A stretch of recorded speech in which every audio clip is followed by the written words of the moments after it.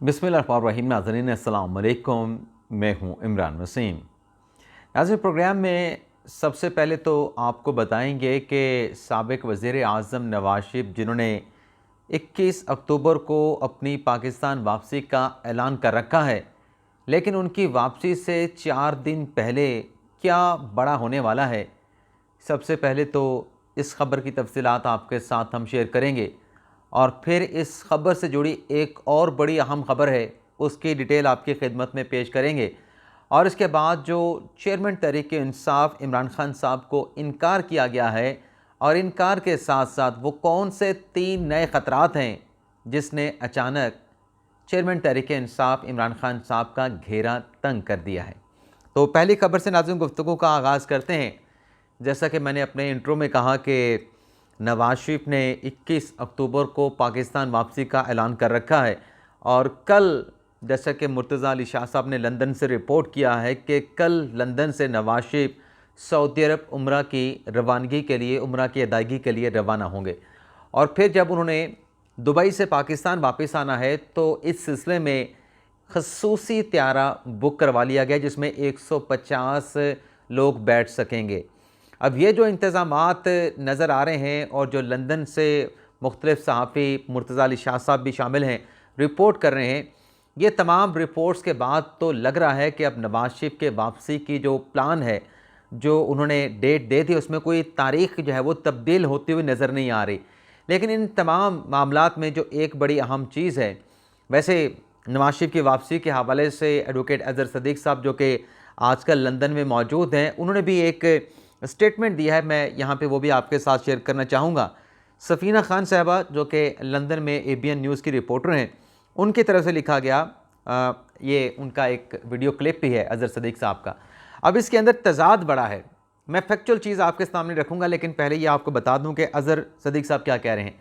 नवाज़ शरीफ 17 या 18 अक्टूबर को अपनी राहदारी के लिए सुप्रीम कोर्ट में दरख्वास्त देंगे। मेरी नज़र में नाज़रीन, नवाज़ शरीफ की सुप्रीम कोर्ट में दरख्वास्त दायर करने का कोई जवाज़ बनता नहीं है। ग़ालिबन उनकी लीगल टीम, मेरे नहीं ख्याल कि नवाज़ शरीफ को मशवरा देगी या नवाज़ शरीफ उनको मशवरा देंगे कि आप लाहौर हाई कोर्ट या इस्लामाबाद हाई कोर्ट जाने के बजाय सीधा सुप्रीम कोर्ट चले जाएं। और आगे वो लिखते हैं कि अगर वहाँ से ज़मानत मंजूर हो गई तो वो नवाज़ शरीफ लाहौर में लैंड करेंगे, वरना नवाज़ शरीफ लाहौर की बजाय इस्लामाबाद एयरपोर्ट पर लैंड करेंगे और सीधा सुप्रीम कोर्ट जाएंगे।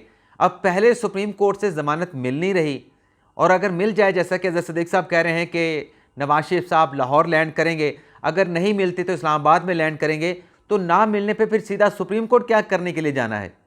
सवाल तो ये है। आगे लिखते हैं कि डॉक्टर अदनान का बयान हल्फी और बहुत कुछ, लेकिन अभी भी नवाज़ शरीफ जिस तरह से लंदन छोड़ने से पहले ही अपना प्लान और तारीखें बदल रहे हैं, लगता है कि 21 अक्टूबर तक अभी बहुत कुछ बदलेगा। फिर चाहे 20 अक्टूबर हो या 23 अक्टूबर, ये फिर प्रोग्राम मुलतवी करना, इस तरह का लफ्ज़ उन्होंने लिखा है। लेकिन बहरहाल अज़हर सदीक़ साहब के, जैसे मैंने कहा कि उनकी बातों में खासा तज़ाद है, लेकिन जो एक फैक्चुअल चीज़ है, जो एक हकीकत है कि नवाज़ शरीफ इस्लामाबाद हाई कोर्ट में जो उनकी अपीलें मुस्तरद कर दी गई थी और कहा गया था एवन फील्ड और जो अल अज़ीज़ा का फ़ैसला था कि ये अपीलें जब नवाज़ शरीफ वापस आएंगे आके एक दरख्वास्त दे के बहाल करवा सकते हैं। तो सबसे जो बड़ी चीज़ है वो नवाज़ शरीफ का इश्तिहारी होना है। इन केसेस में कन्विक्टेड होना है तो ज़मानत तो हासिल करना पड़ेगी, हिफाजती ज़मानत तो लेना अदालत से पड़ेगी। अब इसमें सवाल यह है कि कहाँ से लेंगे, इस्लामाबाद हाई कोर्ट से लेंगे या फिर लाहौर हाई कोर्ट से लेंगे। तो इसी हवाले से शाकिर महमूद अवान साहब, जो कि लाहौर में लाहौर हाई कोर्ट के जो केसेस होते हैं उनको कवर करते हैं, उन्होंने ख़बर दी है कि 16 अक्टूबर को इमरान खान साहब के जो वकील हैं वो इस्लामाबाद हाई कोर्ट में ज़मानत की दरख्वास्त देंगे। यानी 16 अक्टूबर को, अब जो मैंने 4 दिन का वहाँ पे लिखा कि 21 को वापसी है, तो 4 दिन पहले क्या होगा, यानी 16 अक्टूबर को दरख्वास्त दायर होगी 5 दिन पहले, तो 17 को यह समाअत के लिए मुकर्रर हो जाएगी। हाई कोर्ट में ऐसा ही होता है, चाहे लाहौर हाई कोर्ट हो चाहे इस्लामाबाद हाई कोर्ट हो। आज आपने दरख्वास्त दायर की, वो मोस्टली 99% जो है अगले दिन समाअत के लिए मुकर्रर हो जाती है। आपके सामने चेयरमैन PTI के वकला की तरफ से, बुशरा बीबी की तरफ से, अलीमा खान की तरफ से जितनी दरख्वास्तें आई हैं, उन्हें वेरी नेक्स्ट डे जो है वो समाअत के लिए मुकर्रर कर दिया जाता है। तो इसमें कहा गया है, जो शाकिर साहब ने रिपोर्ट किया है कि सनी 16 को दरख्वास्त दायर करके हाई कोर्ट से ज़मानत जो है वो हासिल की जाएगी। वैसे आप नाज़रीन को याद हो ना हो, मुझे आज भी याद है, बड़ी मुझे गालियां पड़ी थी जब 23 जून 2021 को नवाज शरीफ की ये एवन फील्ड की और अल अज़ीज़िया की अपीलें मुस्तरद हुई थी और कहा गया था कि जब वापस आएंगे एक एप्लीकेशन रिटर्न दे के नवाज शरीफ बहाल करवा सकते हैं। तो मैंने कहा था कि ये हाई कोर्ट का जो फैसला है ये नवाज शरीफ के ख़िलाफ़ नहीं, बेशक इश्तिहारी हैं, लेकिन ये अपीलें मुस्तरद करके इसकी बहाली का ऑप्शन भी दे देना, ये फ़ैसला नवाज शरीफ के हक़ में है। तो आज मेरी वो जो ख़बर थी वो ख़बर बिल्कुल सही बता रही है। लेकिन बहरहाल इसी मामले के हवाले से शाकर साहब जो रिपोर्ट कर रहे हैं, इसके साथ जो इसाक डार साहब हैं, समधी भी हैं, नवाज शरीफ के साबिक़ वज़ीर ख़ज़ाना हैं, उन्होंने बड़ी एक इंटरेस्टिंग बात की है, बल्कि हैरानकुन बात भी की है। इसाक डार साहब कहते हैं कि नवाज शरीफ की वापसी पर गिरफ्तारी का कोई खदशा नहीं। ये बात इसलिए सही लगती है कि चूँकि वो जो एवन फील्ड का केस है उसमें तो मरियम नवाज़ बरी हो चुकी हैं, तो उसका जो फैसला लिखा गया उसके बाद तो कोई ऐसा जवाज़ नज़र नहीं आता कि इस केस में नवाज शरीफ भी जो है वो इक्विट ना हो पाएँ। लेकिन बहरहाल इसाक डार साहब कहते हैं कि नवाज शरीफ को वापसी के लिए गिरफ्तारी का खदशा इसलिए नहीं है कि वो प्रोटेक्टेड कस्टडी हासिल करेंगे या फिर ट्रांजिट बेल हासिल करेंगे। अब जो प्रोटेक्टेड कस्टडी है वो तो इस्लामाबाद हाई कोर्ट से हासिल करना पड़ेगी, लेकिन जो ट्रांजिट बेल की बात की है वो तो फिर ट्रांजिट बेल आप या तो सिंध हाई कोर्ट से ले सकते हैं या फिर लाहौर हाई कोर्ट से ले सकते हैं। जैसा कि वो शर्जील मेमन जब बाहर से वापस आए थे तो यहाँ से इस्लामाबाद हाई कोर्ट से ट्रांजिट बेल लेके, ट्रांजिट प्रोटेक्टेड बेल लेके वो सिंध हाई कोर्ट में या मुतलका जो उनकी अदालत थी ATC की, वहाँ पे जाकर जो है वो पेश हो गए थे। लेकिन बहरहाल नवाज शरीफ की वापसी जो है वो 21 अक्टूबर को नज़र आ रही है कि वो 21 अक्टूबर को जो है वो वापस आने जा रहे हैं। इससे जुड़ी एक और ख़बर जिसका मैंने इंट्रो में जिक्र किया, जिसका मैंने थंबनेल पे जिक्र किया कि मौलाना फजल रहमान के साथ हाथ हो गया, तो नाज़रीन नवाज शरीफ ने एक फ़ैसला किया है जो मौलाना फजल रहमान की जो आजकल डिमांड है उस डिमांड के बरक्स फ़ैसला किया है। अब पीपल्स पार्टी के साथ अवामी नेशनल पार्टी का बड़ा करीबी रिश्ता है। हमने देखा है कि अवामी नेशनल पार्टी हमेशा पीपल्स पार्टी के साथ जाती है, लेकिन मौलाना फजल रहमान की जमात नून लीग के साथ जाती है, नून लीग को सपोर्ट करती है। तो मौलाना फजल रहमान साहब पिछले चंद रोज़ से जो एक मुतालबा बार बार कर रहे हैं वो इंतखाबात की ताख़ीर का है। वो ये कहते हैं कि जनवरी में इलेक्शन अगर होता है तो उसमें जो शुमाली इलाका जात के बहुत सारे हलके हैं कौमी और सूबाई असम्बलियों के, वहाँ पे इलेक्शन नहीं हो पाएगा क्योंकि बर्फ़बारी की वजह से, सर्दी की वजह से रास्तों की बंदिश हो जाएगी, वहाँ पे इलेक्शन कराना नामुमकिन हो जाएगा। तो वो इलेक्शन की तारीख़ ही चाहते हैं। और मौलाना साहब का ये भी स्टेटमेंट आया जिसमें मौलाना फजल रहमान साहब ने कहा कि देखें सब लोग इलेक्शन की मुहिम चला रहे हैं, लेकिन रियासत को बहरान का सामना है तो पहले रियासत को देखें या इलेक्शन करवाए जाएँ। यानी मौलाना फजल रहमान साहब तो सीधा सीधा वाज़े अल्फाज में इलेक्शन का कह रहे हैं कि इलेक्शन आप मार्च तक ले जाएँ। लेकिन नून लीग ने फैसला किया है, नवाज शरीफ ने फैसला किया है कि नून लीग इस मौलाना फजल रहमान के मौक़िफ़ के साथ नहीं जाएगी।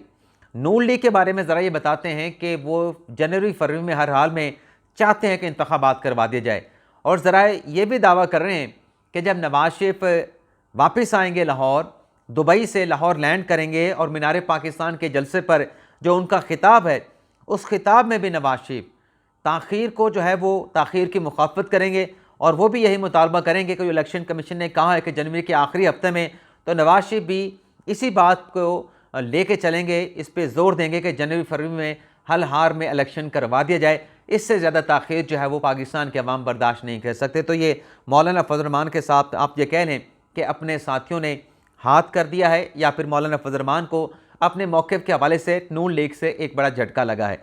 अब आ जाते हैं जो चेयरमैन तहरीक इंसाफ इमरान खान साहब के हवाले से 5 खबरें हैं जो आपके साथ हम शेयर करने जा रहे हैं।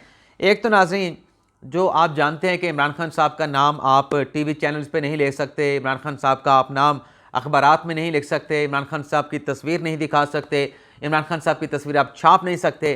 तो इस मामले पे आज लाहौर हाई कोर्ट के जस्टिस शम्स मिर्ज़ा साहब ने इस केस की समाअत की है, जिसमें जो सरकारी वकील थे उनकी तरफ से बताया गया कि इमरान खान की तकरीर दिखाने पे या उनकी तस्वीर दिखाने पे, उनका नाम लेने पे किसी किस्म की कोई पाबंदी नहीं है। तो जज साहब ने कहा अच्छा सरकार का ये मौक़िफ़ है तो चलें ठीक है, आप ये सब कुछ जो आप कह रहे हैं ये आप लिख के दे दें, इसके बाद हम पैमरा को नोटिस जारी कर देंगे। और पैमरा का चेयरमैन अगर दबाव के नीचे है, टीवी चैनल अगर नवाज शरीफ का, इमरान खान का नाम नहीं ले सकते, उनकी तस्वीर नहीं दिखा सकते, तो फिर चेयरमैन जो पैमरा हैं उनको रिज़ाइन कर देना चाहिए। एक तो नाज़रीन ये डेवलपमेंट हुई है, ये डेवलपमेंट तो इमरान खान साहब के हक़ में बज़ाहिर हक़ में जाती हुई नज़र आती है, लेकिन डिपेंड ये करता है कि अगर जाके टीवी चैनल्स ये कह दें कि हमारे पास पैमरा की कोई पाबंदी नहीं, तो क्या अदालत चैनल्स को ये कह सकती है कि आप इमरान खान की तस्वीर भी दिखाएं और जो आपके एंकर्स हैं, जो आपके तजियाकार हैं, उनको कहें कि इमरान खान का नाम भी लें? क्या ऐसा हुक्म दे सकती है? ये बड़ा अहम सवाल होगा। इसके अलावा नाज़रीन, आज इलेक्शन कमीशन ऑफ पाकिस्तान में जो एक बड़े अहम केस की समाअत थी पार्टी सिंबल के हवाले से, यानी इंतखाबी निशान के हवाले से, जो कि तहरीक इंसाफ का बल्ला है, इस पर एक दरख्वास्त पहले भी इलेक्शन कमीशन ऑफ पाकिस्तान में पेंडिंग है।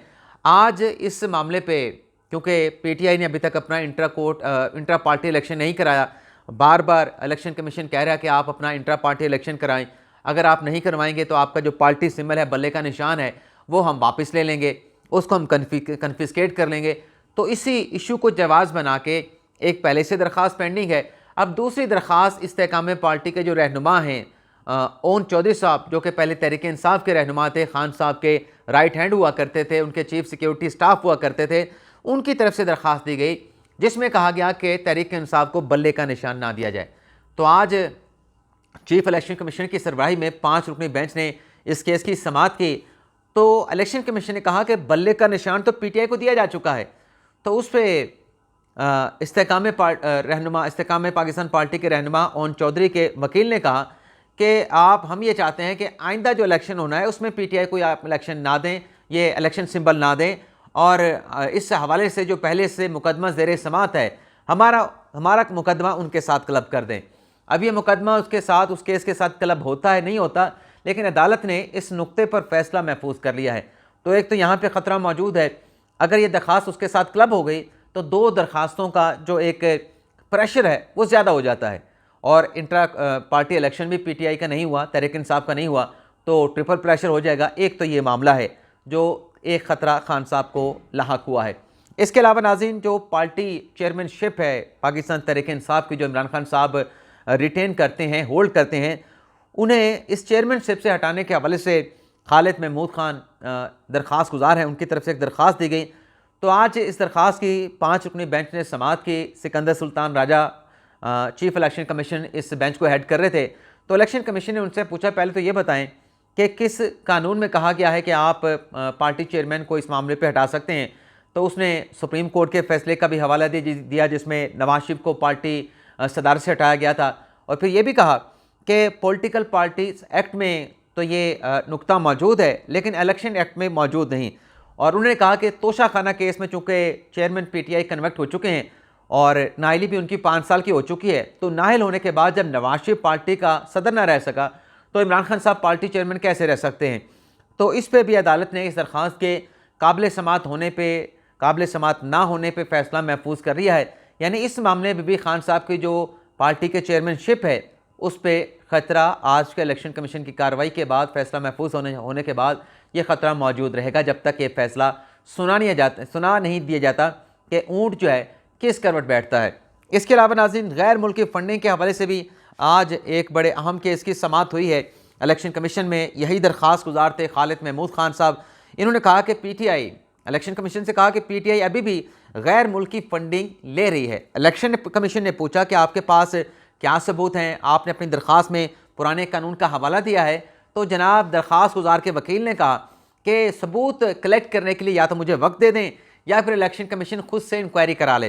तो इलेक्शन कमीशन ने बड़ा अच्छा जवाब दिया दरख्वास्त गुजार को कि आपकी ख्वाहिश के ऊपर तो इस मामले की कि पीटीआई फ़ॉरेन फंडिंग गैर मुल्की इदारों से ले रही है नहीं ले रही, हम आपकी ख्वाहिश पर इंक्वायरी नहीं करेंगे, आपको वक्त दे देते हैं, आइंदा तारीख पर अगर आप कुछ पेश ना कर सके तो आपकी दरख्वास्त को खारिज कर दिया जाएगा। तो 1 नवंबर तक इस केस की समाअत को जो है वो मुलतवी कर दिया गया। अब ये 3 खतरात जो हैं, क्योंकि 1 नवंबर तक मुलतवी किया गया, इस केस में अगर पिटिशनर कुछ ले आया जो उसने इल्ज़ाम लगाया है, तो यहाँ पर भी खान साहब के लिए खतरा मौजूद है। अब आ जाते हैं जो चेयरमैन पीटीआई इमरान खान साहब को इनकार किया गया है। इस खबर की डिटेल पे आने से पहले आज बुशरा बीबी साहबा ने मुलाकात की है अडयाला जेल में। चेयरमैन तहरीक इंसाफ इमरान खान साहब के साथ लंबी तवील मुलाकात थी, और इस मुलाकात की ख़ास बात यह है कि अडयाला जेल के कॉन्फ्रेंस रूम में होने वाली इस मुलाकात में जहाँ बुशरा बीबी साहबा मौजूद थी, वहाँ खान साहब की जो बहनें हैं अलीमा खान, उज़मा खान साहबा भी मौजूद थी। इमरान खान साहब की सेहत से हवाले से दरियाफ़्त किया गया और इमरान खान की वहाँ पे जो सहूलियात मैसर हैं उनसे मुतल्लिक भी दरियाफ़्त किया गया।